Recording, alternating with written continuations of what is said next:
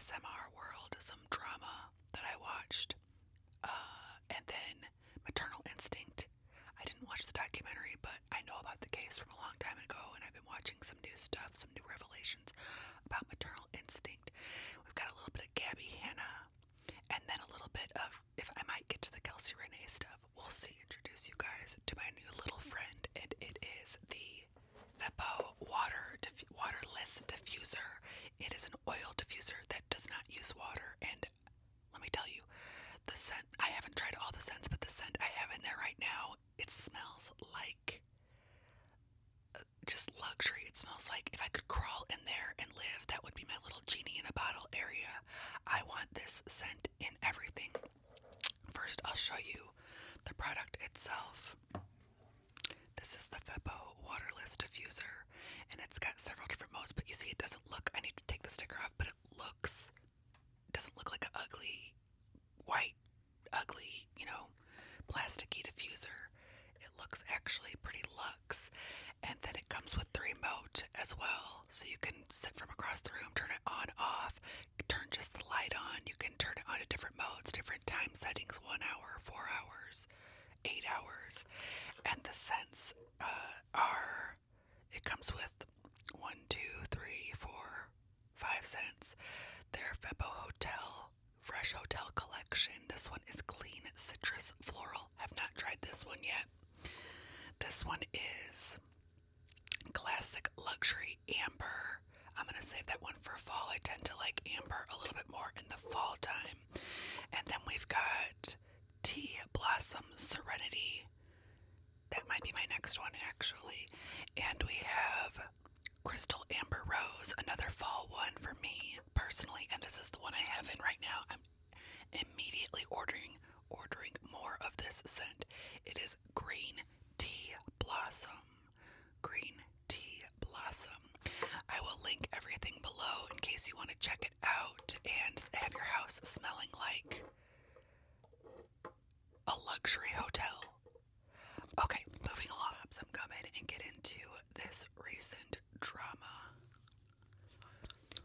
I'm sure you guys have seen the Maternal Instinct documentary or stuff about the Maternal Instinct documentary. I remember this case from when it happened. Feels like it's been a couple years. If you don't know, it is the case of a woman that cut. So trigger warnings. This is horrific. She cut a baby out of somebody and tried to pretend it was her own. Now this documentary goes back to how that unfolded and how she came to find the woman that she was going to do this to, and how she fooled her boyfriend, how she fooled her boyfriend at the time. And it's just straight up bizarre. Now, she was a big time liar. She found this guy, I think his name is Wade.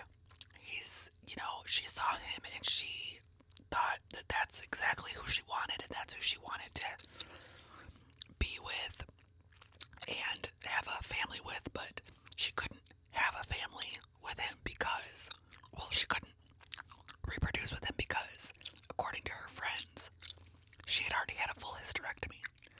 She also had 2 kids out there with her mother that she did not have custody of. Now, why do people get with other people that don't take care of their first kids? I'll never know. So right off the bat, you're thinking, well, this guy, is he pretty desperate?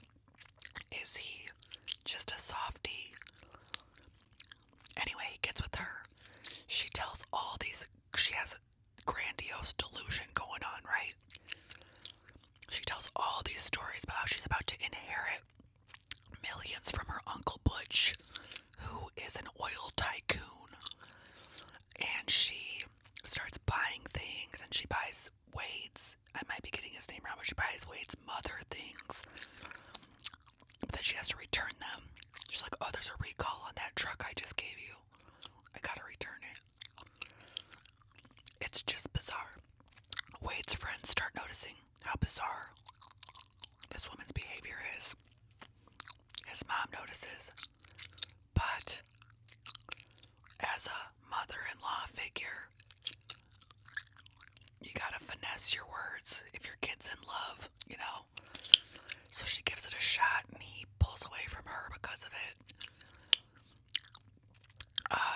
He does do some fact checking, but this criminal, this compulsive liar, this woman has set all these, she's got separate accounts to make things look real. She gets incoming phone calls and messages that she plays out loud that are from lawyers or bankers, but really they're just her using voice changers.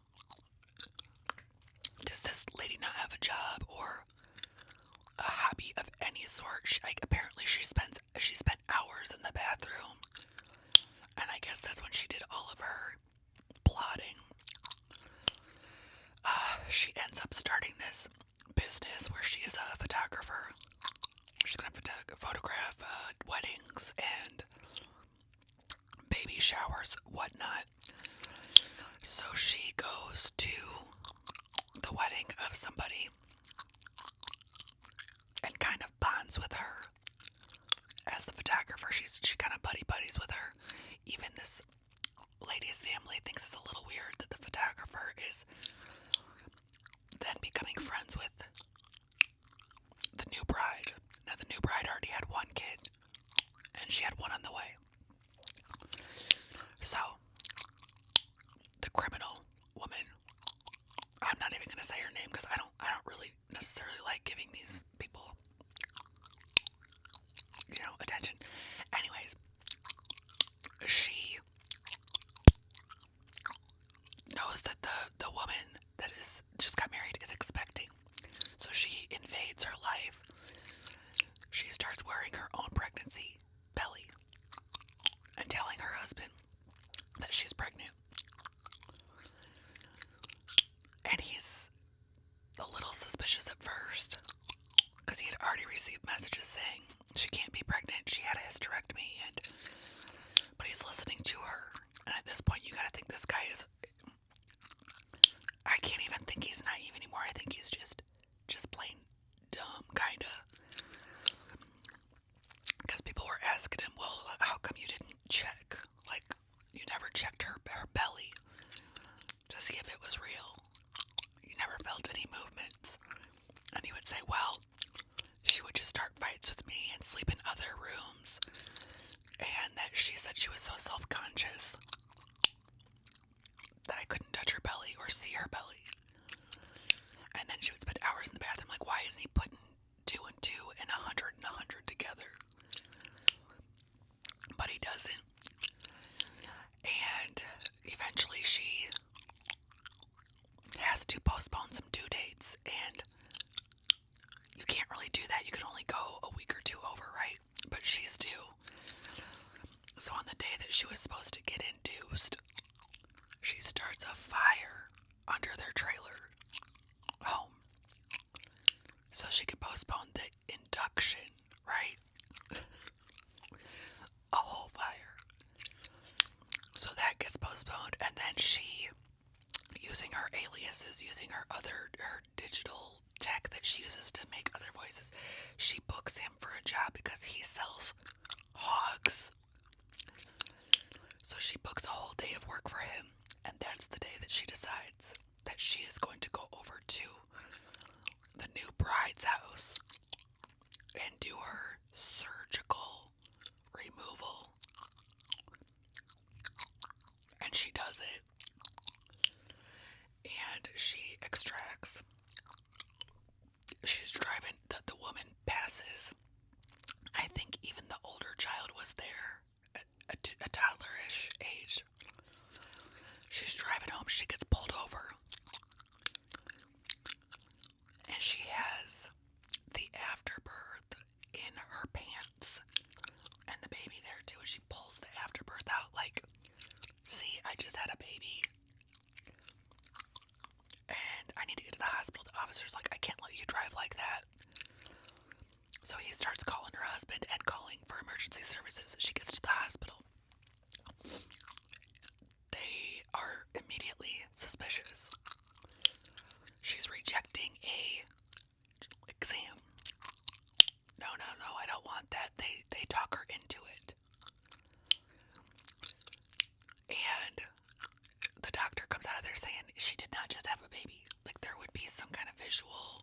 disturbance, inflammation, and such down there if she had a baby. There's none of that. This woman did not just have a baby. Come to find out, because they aired that, and because he said that to whoever, that's a HIPAA violation, so he could be I mean, I think we should just waive that, because look what this lady did. You know, down the road, they're finding this lady who just had a baby extracted and had passed away from it. The baby didn't make it. And here she is sitting in the hospital still keeping up with her lives. And finally, this must be like a few days later, at a later date, she starts to change her story. And she starts to say that new bride, that pregnant new bride, wanted her to cut it out. She was just doing her a favor. This is what she wanted. It was her idea. It's bizarro land. I've seen a few things with the guy, Wade. That's what I'm calling him. And he just keeps making excuses for himself, and I think it's time for Wade to get a reality check and to forever listen to his mother from here on out. I'm sure she wants the best for him. Mother-in-laws are not always the crazy one when there's 2 adults or 4 adults. It can be any, and it can be all, right? So that's kind of what was the Maternal Instinct was all about. And that brings us to a little bit of ASMR drama. I gotta try to find where I watched this. I watched a video. It was like an hour-long video on YouTube that covered the ASMR twins, Grace or Gracie and Mads, right? OG ASMR back when the pandemic first started. Huge platforms. Mads had started hers first, I believe, and then Gracie started hers 5-6 months later. Now, Gracie always had a little bit more followers than Mads, which could have created a little bit of tension because Mads started hers first. Gracie was second, but Gracie, you know, who cares? But when you're sisters and you're twins, maybe you care. They would do a lot of repeating affirmations and repeating, you know, it's not really my style, so I didn't watch them a lot. But they certainly came up in my feed a lot, and Gracie's still going. I think back then, anyways, over time, Mads started getting a bad reputation for scamming, kind of. She had Patreon. She was making anywhere from $3,000 to $15,000 on her Patreon. And she would not post for a whole month. And then on the last day of the month, she would post and say, like, sorry guys, my health has been awful. And so they would stay only for the same thing to get posted the next month. And then her fans or her patrons or her subscribers would notice that while she's saying she's so unhealthy that she can't perform on her Patreon, for, you know, the minimum is to try to do what you say you're gonna do, right? If you say I'm gonna have 5 videos a month, then you should try to get 5 videos a month out most months unless something happens.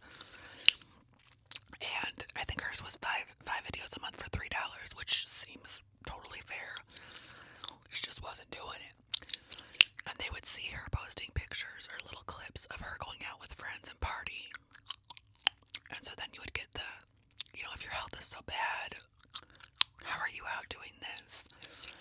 And she would snap back and say, you know, it's not, who are you to judge? You don't know what having chronic health issues is like. And she does have chronic health issues. But also then if you have a job, then you prioritize. You know, if you're having a good day, you gotta prioritize what you promised to people before you at least start posting pictures of partying, right? Like, your boss would be pretty mad if you called off due to being sick and then they found out you were at a baseball game chugging Bud Lights or something, right? So, eventually it starts to dwindle down. People start leaving. She starts an OF. But the way she did it was shady because she started the OF. She started that kind of content on her Patreon. And people bought it. But then after they bought it, they said, actually, we have to move over to OF. Because Patreon isn't suitable for this kind of content. But they had already paid. So they end up, the people that wanted that kind of content, they move over to follow her on OF. I'm sure the OF kind of blows up. And so she's even less inclined to post for Patreon and whatnot. There were also some allegations over the years of her being SA'd. And then her sister not acknowledging it. Now, I don't know. We don't know. We're not in that family. Gracie would stay out of it. Gracie would stay out of it and never comment. And Mads would say stuff about it because supposedly it had to do with somebody that Grace's husband knew, like a friend or acquaintance of him. And so Mads was feeling betrayed because Gracie wasn't getting involved in it. But there were a couple of those kinds of allegations. I don't know. We don't know. You know, I want to believe when people say stuff like that it's true. There are very few occasions where somebody might lie about stuff like that. I don't know. So there's like a rift happening between these two sisters. Grace said at one point that she had to stop talking to a family member. No more details than that. Meanwhile, Mads had posted a unintelligible whisper. Unintelligible whisper is, and then it's like you can't really understand it, but you could understand it. So people translated it, and it kind of was just dogging her sister. It was, but not really. Like, if these are her real feelings, I can't believe my sister didn't believe me. I'm tired of being the villain. Blah blah blah. If that's how she felt, that's how she felt. But it was telling of a lot of the drama and the positions that they were in at that point. She ends up taking that video down. Too late. Everybody already translated it. And the last thing that was covered was they might be getting along again because I guess Grace is pregnant with her second. And she was doing a video about baby names and names she might consider. And she did say Maud was one of the names, and she said, well, you know, my sister's named Mads. I wouldn't use exactly that, but I do like Maud as a close name to that. So people think, well, she's probably reaching back out to her, hoping that her sister sees that and maybe they can reconnect. Meanwhile, she did finally quit her Patreon. She had her Uncle Matt or Uncle something, make a piece stating that he's been, you know, he's known her since infancy. She's always had these chronic health conditions. It's not her fault, etc., etc., and how chronic illness, you know, can be different one day than the next, and stuff that typically most people know. I still think there was some part of her that was, she was looping videos, so she would say, you are so important, you are so kind, you are special. She would do that for 1 minute and then just loop it. And that was her video of the month. So she essentially was putting in 2 minutes into this Patreon that she was making $3,000 to $15,000 a month on. Wow, I guess joke's on the patrons, right? I go hard for my patrons. Anyways, she quit her Patreon. I don't know if she's still making YouTubes or not, but she is doing OFs, and she made this post that said, looking for a man that will make sickest of days or something. So I don't know if that was a call for a boyfriend or a call for just a benefactor or what. But she did make that kind of a post. That's the ASMRT on those two. And then we have the Gabby Hanna. The Gabby Hanna. I don't really know much about Gabby Hanna. Of what I've seen, I don't like. I don't know, she was part of some YouTube groups long ago. She made a bunch of bank. She is super cringe from what I've seen. I don't know what's the new word for cringe. It's I should know this. I work at a high school. She's a chud, okay. But recently some things have been, because she does these startups and fallouts, tried to recreate herself all the time. Now I guess she's back, but this older woman, her name is Jen Dent. Jen Dent has come out to say what Gabby Hanna has done to this woman, and it is horrific. Now, I do not know how she knew Gabby Hanna in the first place, but they had some back and forths years ago. And this Jen Dent woman is a nurse. Gabby Hanna did not like her. Now come to find out, because all these old stands of Gabby Hanna's have come out of the woodwork to say she was making us basically attack this woman.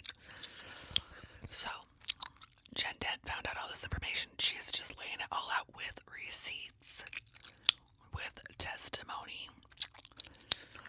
Now apparently, back when they were bickering, there was a tweet made by an unknown individual, and it said, Jen Dent hurt me as in the SA way when I was a young girl, making this Jen Dent lady look like a PDF, right?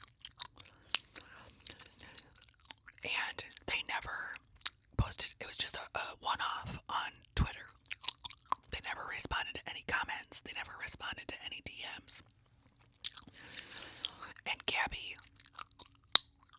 called one of her stands up, somebody that she had more than a parasocial relationship with. She was actually giving this girl money.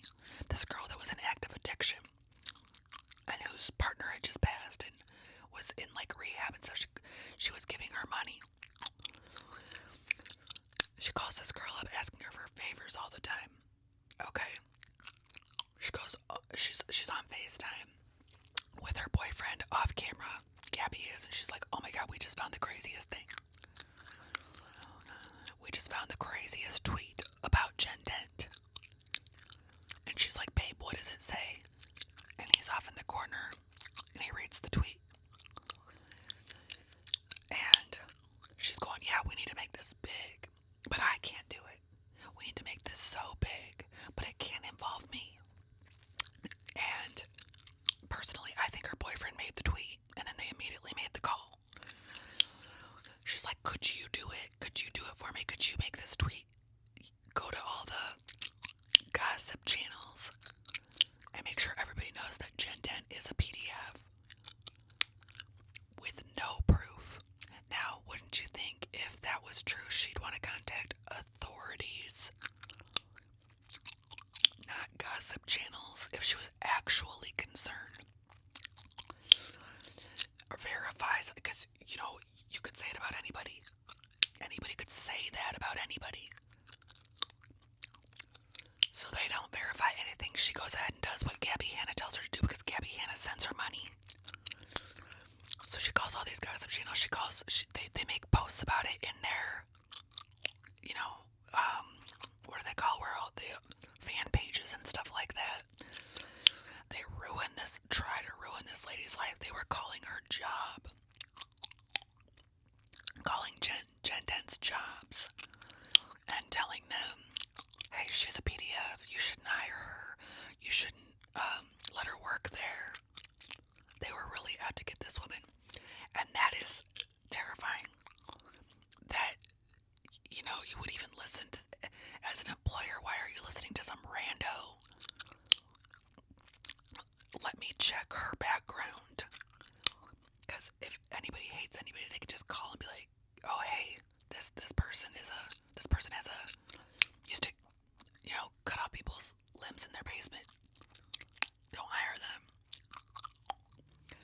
But that's what they did to her. And it took years, I guess, for her to find out all this information, so I'm sure she's feeling very validated. But this is in the midst of Gabby Hanna trying to make a comeback. Now, whilst Jen Den's finding out about all this, Gabby's comeback, she actually contacted the girl that did all this for her. Because that girl had really bad mental health. After all this, she ended up in she tried to do something with her life. Ended up needing a lot of inpatient care. Gabby reached out to that girl who she never checked on. And was like, hey, I'm coming back to the interwebs. And I would love to use your story. Mainly the part where you hurt yourself over all the stuff that was going on because of, my haters. Because she did get dragged for spreading this Jen Den stuff without proof. That was just one of the many factors that led this girl to her rock bottom. Gabby never checked on her, but messaged her saying, can I use, your downfall in my comeback story?